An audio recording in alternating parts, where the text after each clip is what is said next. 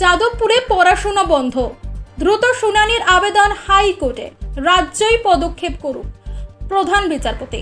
ছাত্র আন্দোলনের জেরে পড়াশোনা বন্ধ যাদবপুর বিশ্ববিদ্যালয়, বিষয়টি নিয়ে দ্রুত শুনানি শুরু করে আদালত হস্তক্ষেপ করুক এই মর্মে বুধবার আবেদন করা হয়েছিল কলকাতা হাইকোর্টে।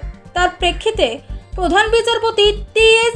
শিবজ্ঞানম এবং বিচারপতি চৈতালি চট্টোপাধ্যায়ের ডিভিশন বেঞ্চ জানিয়ে দিল, বিশ্ববিদ্যালয়ের পরিস্থিতি রাজ্যই নিয়ন্ত্রণ করতে পারে, রাজ্যের নিজস্ব ক্ষমতা রয়েছে, তারা পদক্ষেপ করুক। পাশাপাশি প্রধান বিচারপতি বেঞ্চ জানিয়ে দিয়েছে দ্রুত শুনানি সম্ভব নয়। বৃহস্পতিবার শুনানির তালিকায় রয়েছে মামলায়, সেই তালিকা মেনেই শুনানি হবে। প্রধান বিচারপতির মন্তব্য, বিশ্ববিদ্যালয়ের নিজস্ব আইন রয়েছে, তাছাড়া ওই বিষয়ে হস্তক্ষেপের জন্য রাজ্যের নিজস্ব ক্ষমতা রয়েছে, রাজ্যকে সেই ক্ষমতা মনে করিয়ে দেওয়ার জন্য আমরা বসে নেই। আইন শৃঙ্খলাজনিত বিষয় হলে পুলিশ পদক্ষেপ করুক।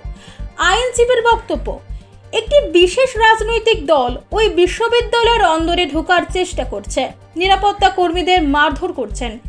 পাল্টা প্রধান বিচারপতি জানান, আন্দোলনে পড়ুয়ারা রয়েছেন, বিশ্ববিদ্যালয়ের অভ্যন্তরীণ বিষয়, তাই আইন মেনে রাজ্য পদক্ষেপ করুক।